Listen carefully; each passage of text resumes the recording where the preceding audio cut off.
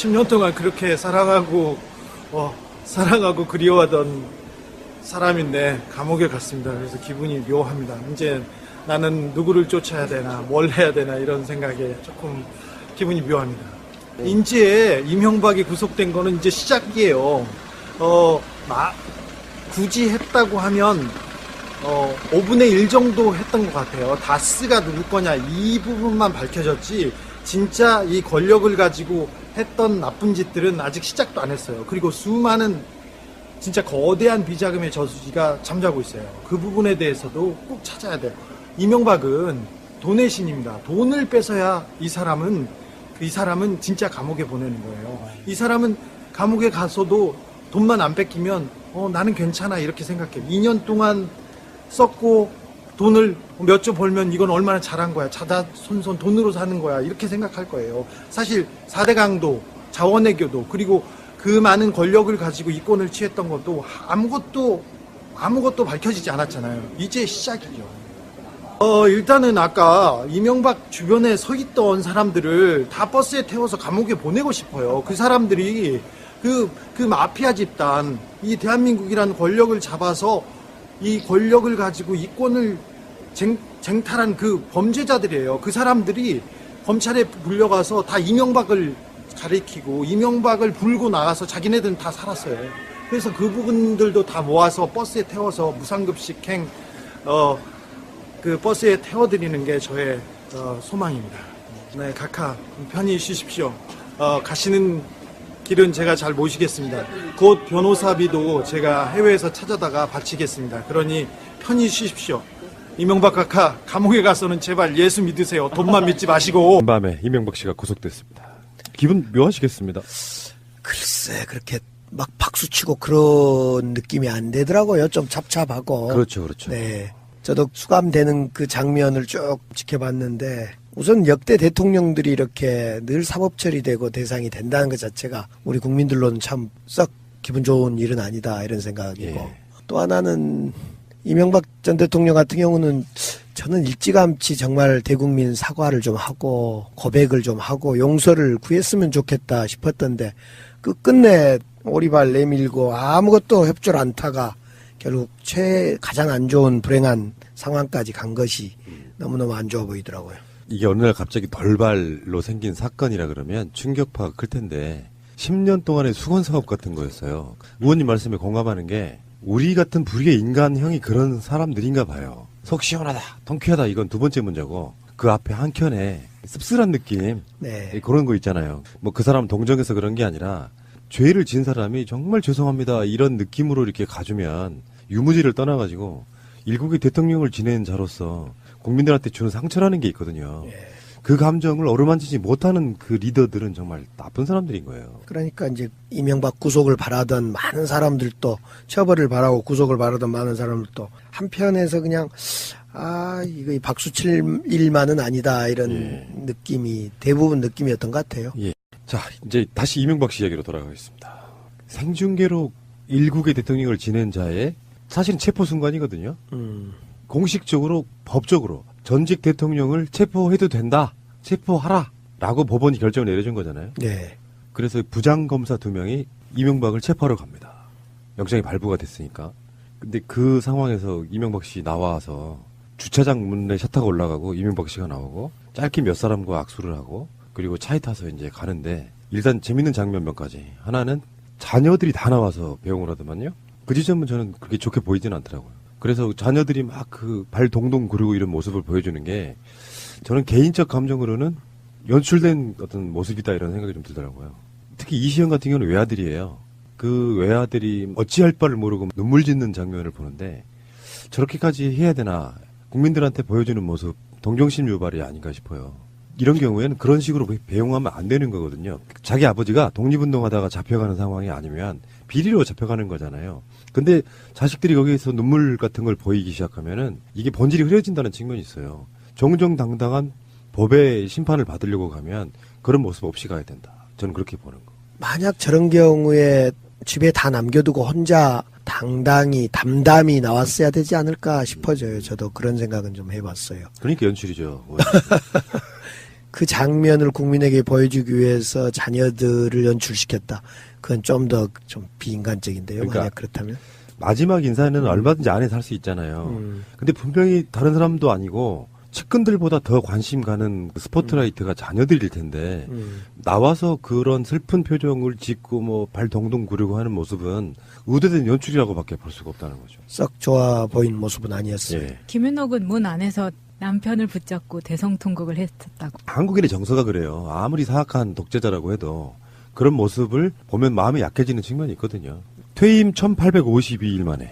사실은 이 수사가 박근혜 때 이루어졌어야 되는 수사잖아요. 그렇죠. 지난 정부에서 전 정부에 대해서 불법이 있으면 해결됐어야 하는데 이 박근혜 대통령, 박근혜 정권을 창출시켰던 원세훈이나 국정원, 국가 권력을 용인하고 동의해줬던 사람이 이명박 대통령이고 그래서 이명박 대통령이 국가 권력이 박근혜 정권을 만드는데 동의하거나 암묵적으로 동의하거나 그런 과정이 있었기 때문에 서로 주고받고 봐줬던 거죠.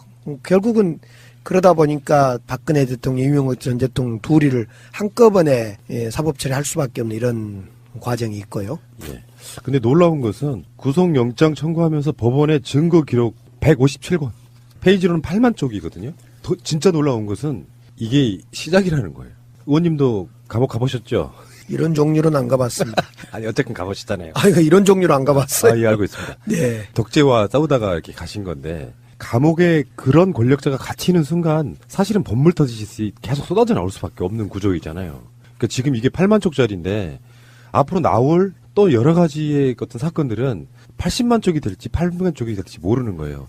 이명박 씨가 재판을 시작하게 되면 예상되는 증인만 500명에 이른다고 합니다. 예상되는 증언만 500명에 이르고요. 이런 이야기가 있죠.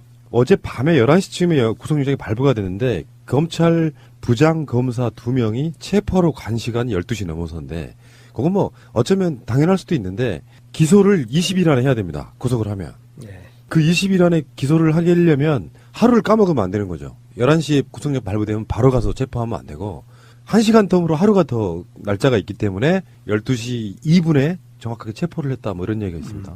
결국은 그래서 이 문제는 지금도 이명박 전 대통령이 이제 구속이 됐는데 이 500명의 증인을 재판정에 부를 것도 아니고 또 앞으로 수많은 어떤 추가 증거들이 이제 제시될 건데 이런 문제를 역사적 판결과 기록을 위해서 증거를 남기고 증인을 부르는 것도 필요하다고 생각합니다만은 깨끗이 본인이 인정하고 더 이상 주변에 고통을 주지 않는 것이 맞다. 저는 이렇게 생각을 해요.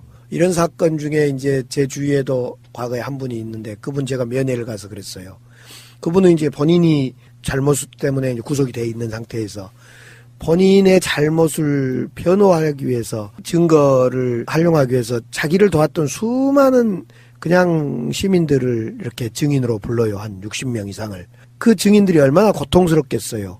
그래서 제가 그분한테 그러지 말아달라. 그냥 깨끗이 인정할 거 인정하고 인정하면 증인을 안 부르거든요. 꼭 인정이 안 되니까 자꾸 이제. 맞습니다. 네. 그래서 인정할 건 인정하고 죄를 받을 건 받고 끝내야지. 이걸 끝끝내 재판을 끌고 가서는 안 된다. 이런 생각입니다. 새가 날아든다는 여러분들의 하트를 먹고 삽니다. 잊지 않으셨죠? 에피소드 제목을 누르고 플레이가 되면 오른쪽 위에 하트를 꾹 눌러주세요. 오늘도 감사합니다. 더 많은 분들이 들을 수 있도록 하트 꼭 눌러주세요. 영장 실질 심사를 할 때도 예.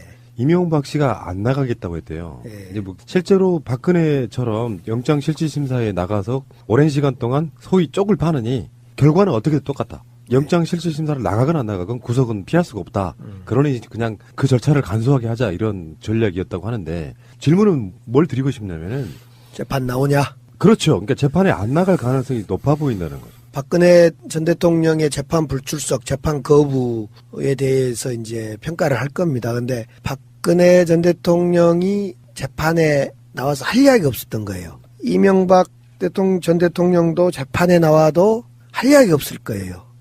그런 점에서 박근혜 대통령은 대통령의 사례를 따라갈 건데 따라가면 죽습니다. 이것은 야. 박근혜를 따라가면 안 되고 MB는 그런 점에서 박근혜를 따라가지 말고 앞서 말씀드렸듯이 빨리빨리 인정할 건 인정해서 죄의 결과와 상관없이 국민들한테 정말 저 사람은 반성하고 있다. 정말 저 사람은 뉘우치고 있다는 걸 보여줘야만 될 겁니다.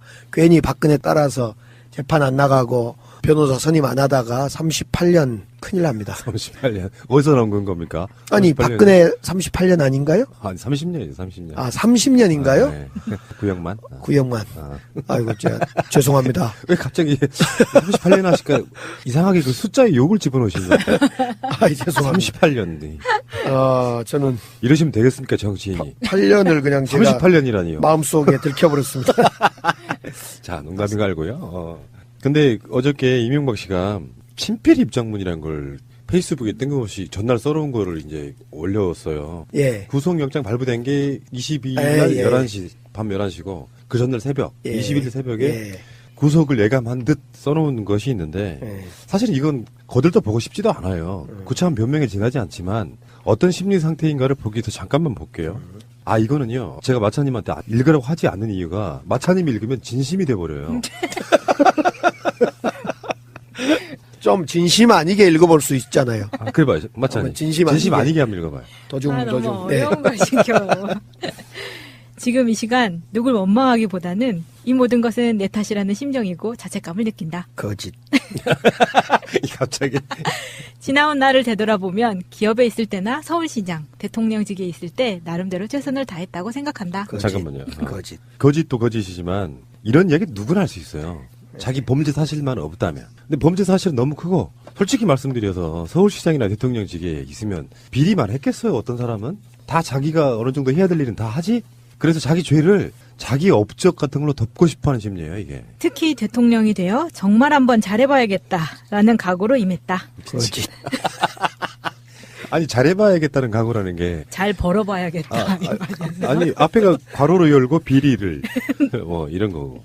자 다음이요. 과거 잘못된 관행을 절연하고 깨끗한 정치를 하고자 노력했지만 오늘날 국민 눈높이에 비춰보면 미흡한 부분이 없지 않았다. 이 부분이 좀 불만족스러웠는데 많이 나는 정치를 어느 정도 잘했다고 자부하는데 그중에 티끌 정도의 잘못이 있다 이런 느낌이에요. 오늘날 국민 눈높이에 비춰보면 이게 무슨 뜻이냐면 그때는 이런 게 관행이었다고 말하고 싶은 거예요. 근데 지금은 그게 아니라서 좀 억울하다는 심정을 이렇게 에이씨 재임 중 세계 대공황 이래 최대 금융 위기를 맞았지만 대한민국은 세계에서 가장 모범적으로 위기를 극복했다. 이때 이 금융위기 맞았을 때 정세 지금 이때가 2009년인데 정세균 대표하고 이명박 그 대통령하고 영수회담이 있을 때였습니다. 제가 그때 배석을 그렇죠. 했잖아요. 예. 그때 같이 뻔히 앉아서 MB 눈을 쳐다보면서 저 아십니까? 제가 MB 당신의 위장 취업과 여러 가지 그 김윤옥 불법 돈 수수한 거 폭로한 사람입니다. 저 아십니까? 하고 마음속으로 물어봤던. 아 다행이다. 다행이다. 왜요 의원님 그 박영선 의원이 네. BBK 관련해가지고 네. 무슨 토론회에서 이명박 씨랑 이렇게 복도에서 이렇게 마주치는 상황에 예. 그때 기억나시죠? 뭐 그러면서 약간 원쟁이 있었어요. 예. 그 일설에 이명박이 했다는 이야기예요. 전현이 미쳤나? 이렇게 주위에서 이렇게 그 소리를 들었다는 사람이 있어요. 현직일 때 이야기입니까? 그러니까 대통령 선거 나가지고 토론회 할 때요. 아, 선거 나왔을 때요? 나와갖고 토론회 할 때 선거 캠프에도 이제 박영선 의원도 있었을 테니까. 네. 근데 그 영상이 있는데 영상 속에 너무 시끄러워가지고 그 말은 묻혔는데 전현이 미쳤나 했다는 그 설이 있는데 만약에 아까 그 말씀을 속으로 하지 않고 밖에 청와대에서 했으면요. 그래서 직접 들었을 겁니다. 아니, 원탁에, 청와대 원탁에요.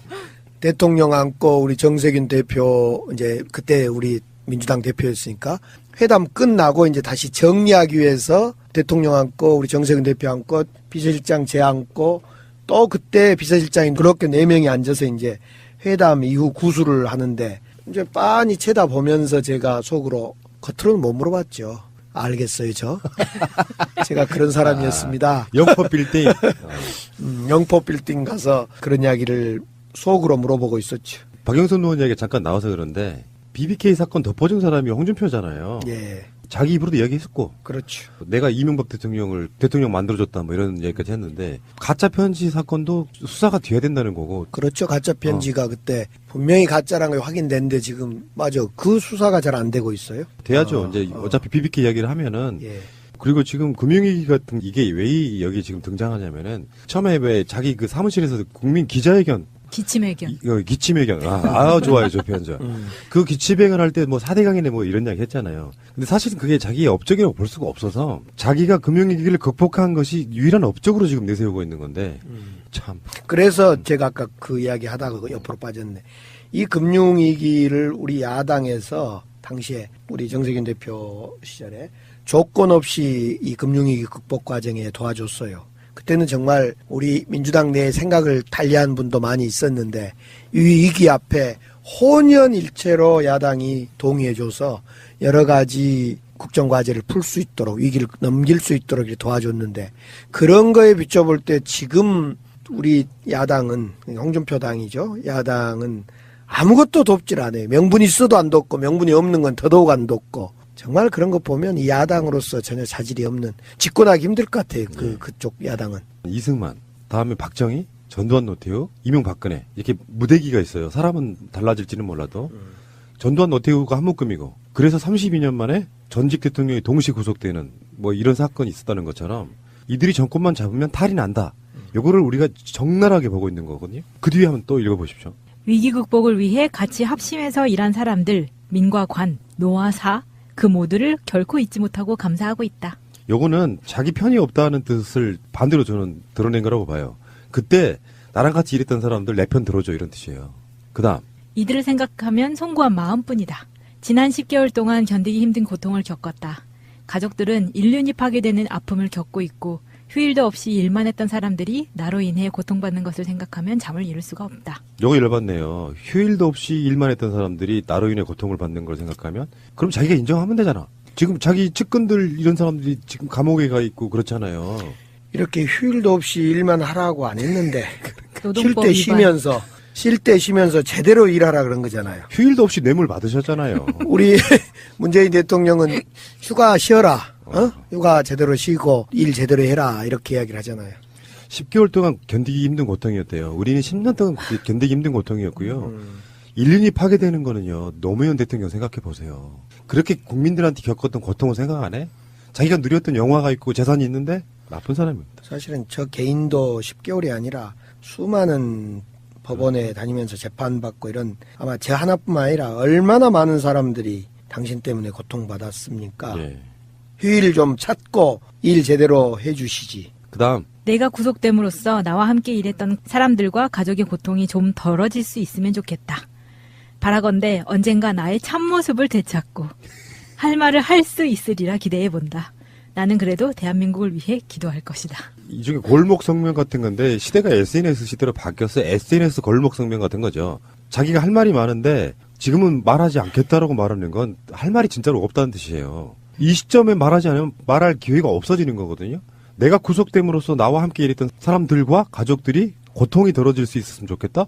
가서 진실을 이야기하면 돼요. 지금 이렇게 막 그 뇌물 관련해 재판받고 있는 자기 측근들이 사실상 석방될 수 있는 마지막 기회가 내가 시켰다. 이 사람들은 잘못 없다라고 해주면 되거든요. 근데 이제 기도한다 그러니까 아무튼 기도하면서 많이 참여가 될 거라고 본데요. 그 감옥이라는 것이 3평 정도 되는 3평이면 넓으면 넓고 좁으면 좁은데 그 감옥 안에서 이렇게 앉아서 24시간을 혼자만 이렇게 시간을 보내게 되면 스스로가 많이 이제 참여가 될 거라고 봐요. 정말 대한민국의 대통령을 역임했던 사람으로서 기도가 될 거다. 예. 기도를 하기 싫어도 기도가 될 거라고 생각됩니다. 어마어마한 싸움에서 강기정 의원님이 진짜 승자시죠. 이명박은 이제 감옥에 갔고요. 예. 그걸 사필 기정이라고 하잖아요. 사필 규정이 아니라 규정. 기정이죠. 예. 네. 사필 규정은 뭐냐면 귀숙과 강기정 뭐 이런 뜻이에요.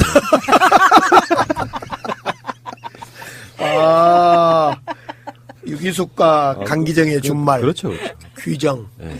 나는 그래도 대한민국을 위해 기도할 것이다. 이분 또 대한민국 봉헌하시려고 그러지. 서울시 말고 대한민국을. 사실 이럴 거예요. 이명박도 뭐 강철 같은 의지로 우뚝 서는 뭐 강기정 의원 같은 분이 아니고 감옥에 최소한 10개월 정도 언론들이 검찰과 함께 수사를 한 거거든요. 계속 비리가 터져 나왔잖아요. 그러면 떨리기 시작해요. 그러다 어느 시점이 딱 되면 아, 나 구속되겠구나라고 느끼겠죠. 법리적으로 어떻게 하면 좀 적게 맞을까? 요 궁리를 했겠죠.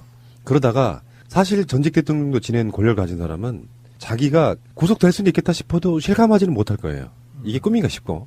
그러다가 결정적으로 어느 시점 구치소에 차가 딱 들어가서 이제 그 과정들이 있잖아요. 막 먹여사 찍고 뭐 등등 그 과정 속에 철커덩 철문이 닫히는 순간 그때서야 심정적으로 오해를 한답니다.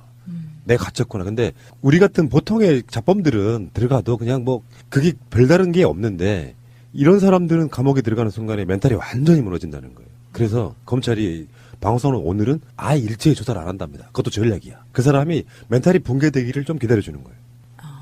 언론 보도에 나오잖아요. 오늘은 검찰이 조사하지 않아. 그게 다 전략이 있다는 거죠. 하루 종일 혼자 있는 거예요. 밥만 먹고 식판 갖고 자기가 직접 씻어야 되고. 요즘 그 동부고치소 시설이라는 사진이 돌잖아요. 그 이명박이 직접 들어갈 방이라고 하는 거. 근데 이 방 자체가 요즘 보면은 노량진 자취방, 월세방보다 훨씬 좋아요. 그래서 시세로 따지면 한 1,050, 60 정도 된다. 아, 방값이 1,050, 60이요? 근데 그 양반은 그걸 무상으로 살지 않아? 밥까지? 그러니까요. 아이, 진짜. 식단도 굉장히 좋더라고요. 영양식. 오늘 이 순간부터 의원님 포함 그 모든 정치하는 사람들이 깨달아야 될 부분이라고 생각해요. 저는 일반인이고 정치를 해본 적 없으니 부탁드리는 거예요. 네. 물론 우리 쪽 분들은 대부분 분들 이렇게 잘 살아오셨지만 죄를 지면 어떤 권력을 쥔 자도 결국엔 감옥 간다. 네. 그게 진짜로 사필 귀정인 거잖아요. 네. 기정이 아니라 뭐 다른 걸로 해주세요. 자, 이명박 얘기를 조금만 더 하겠습니다. 도곡동 땅이 어떻다고요? BBK가 어떻다요? 뭐 도곡땅이 어떠다고요? BBK가 어떠가요? 새빨간 거짓말입니다, 여러분. BBK가 어떻다요? 그쵸? 어떻다요? 동영상을 보면은 BBK가 어떻다고요 하지 않고요. 도곡동 땅이 어떻다고요? BBK가 어떻다요? 이렇게 흥분해가지고 그 상황이 박근혜로부터 공격당하던 시점이라서 막 흥분해가지고 새빨간 거짓말입니다. 그렇고 나는 그러한 삶을 살아오지 않았습니다. 누가 나에게 돌을 던질 수 있습니까?까지 얘기를 했어요. 그러니까 이명박 자체는 왜 이런 거 있잖아요. 강기정 의원님이 저랑 방송하면서 만약에 어떤 새빨간 거짓말을 했다고 치면 금방 드러난다는 그 자기가 그 말이 거짓말이 아니라는 걸 한 번 더 인정하는 순간에 이 사람은 더 나쁜 사람 되는 거거든요. 네. 그러니까 누군가가 수사가 막 해오거나 비판을 할 때 공격하지 말아주세요라든지 뭐 이렇게 거짓말이 아니다라는 이야기를 한 번 더 하는 순간에 더 비도덕적인 사람이 되는 그런 상황인데 이명박 씨 생각해보면 이런 생각 나지 않았어요? 국밥이요, 국밥. 서민의 자식으로 태어나서 이게 이제 셀러리맨의 신화가 써지는 과정 중에 하나인데 서민으로 태어나서 현대건설의 평사원으로 입사해가지고 회장까지 지낸 사람이다는 그 이미지가 사실은 이명박을 대통령으로 만든 결정적인 것이지 않습니까? 그렇죠. 국밥집 할매 욕, 국밥집 할매 그 카피 광고 그것 때문에 당시에 2008년 대선, 2007년 말 대선이라는 것은 대한민국이 상당히 어려울 때입니다. 동시에 또 어떤 환상을 꿈꾸는 백마 타고 온 지도자를 바라던 그런 시기에 청계천의 신화를 만든 이명박이 쫙 나타나서 정말 서민들과 함께하는 국밥 할매를 앞에 두고 배고픕니다 하니까 그냥 국민들이 아이고미 지도자 백마 탄 기사가 나타났다. 그래서 아마 그때 역대 대통령 선거의 가장 큰 표 차이로 우리 야당이 지게 됐죠. 그렇죠. 그때 그 성우의 목소리 지금도 기억나요. 이명박은 배고픕니다. 근데 그때도 거짓말이었어요. 그 할머니가 강남의 국밥집 유명한 데 할머니인데 낙원동에 있는 국밥집을 허름한 데를 빌려가지고 일부러 찍었다. 그 사실 그 자체가 거짓말인 것이고요. 예. 오밤중에 웬일이요? 배고파? 맨날 쓰잘데기 없이 쌈박질을 하고 지랄. 에이, 우린 먹고 살기도 힘들어 죽겠어. 청계천 열어놓고 이번엔 뭐 해낼게요? 다 터져? 퍼먹어 이놈아. 코스프레를 이렇게 했는데 결국에는 우리나라의 최상위 특권층이고요. 지금 다스만 해도 연매출이 10조 원에 가까운 사실상의 대기업입니다. 이제 그런 거에 실소유주가 되는 것이고요. 그때면 지금 국밥집 할매 광고 찍을 때는 이미 김윤옥 배우자가 돈을 핸드백으로 그렇죠, 받기 그렇죠. 시작할 때죠. 근데 저는 그런 생각을 했어요. 제가 유기숙 씨랑 둘이 이제 술 한잔을 최근에 집에서 하면서 2007년에 그 에르메스 핸드백도 받고 그 안에 3천만 원인가요? 돈이 들어있다 없다 지금 논란이 있는데 3천만 원인데 왜 그걸 받았을까? 도저히 이해가 안 된 거예요. 둘이 한참 이야기를 해도. 그러니까 한 일국의 대통령이 거의 된 입장에서 그 3천만 원이라는 돈은 서민에게는 어마어마한 돈이지만은 그 대통령이 되는 입장에서 그 돈이 필요치 않는 돈인데 그걸 왜 받았을까? 상식적으로 이해가 안 되더라. 그래서 서로 그 이야기를 한참 둘이 하고 있었던 거죠. 의원님은 이해가 안 되시죠? 아니, 돈이 있어 본 적이 없으신데. 그러잖아요. MB가 돈도 많고 그런데 왜 3천만 원이라는 돈을 받았을까? 너무 진지하세요. 그러니까 제가 분석한 게 정확할 거예요. 네. 이명박은요. 돈 중독이 맞습니다. 그래서 왜 지금 보면은 돈을 받는 과정이나 스킬이 돈 중독 현상을 보이는 사람이에요. 그게 크건 작건 간에 돈을 들어오면 마다할 수 없는 뒤탈이 안 나는 돈만 받았다는 뭐 이런 식인 거잖아요. 그러니까 최근에 이제 우리 2009년에 제가 김윤옥 여사가 아멕스 수표로 대우조선해양 연임 노비와 관련해 돈을 받았다. 돈 다발을 아멕스 수표로 받았다. 제가 이런 이야기를 했지 않습니까? 과연 그랬을까라는 정도의 의구심을 가졌다는 말입니다. 그 제 곁에 있었던 그 이야기를 들은 분들이. 근데 지금 생각해 보니까 아 저쪽 동네는 MB 쪽 동네는 충분히 그랬을 수 있겠다라는 확신이 들더라는 거예요. 그래서 그것도 수사를 좀 하면 어쩔까 이런 이야기를 하던데 하겠죠. 예. 네. 초반에 말씀드렸지만 이명박 씨에 대한 수사는 이제 시작이에요. 8만 쪽이 아니고 800만 쪽이 될 수도 있다 이 말씀드리고 그중에 이제 최근에 다시 나오고 있는 게 4대강에서 뇌물을 받는 장면이 지금 하나 나온 거예요. 영포빌딩 그 서류에서 4대강과 같은 이런 또는 자원비리, 방산비리 이런 것들이 동시에 쏟아져 나올 가능성이 있고요. 검찰이 공식적으로 수사를 했다는 이야기는 안 들리지만 제1롯데월드 허가건만 해도 이명박의 청와대가 주도했다는 거 아니에요? 그러니까 이게 이명박 씨는 답이 안 나와요. 박근혜는 어느 정도 얼개가 다 나와서 지금 재판을 진행 중이잖아요.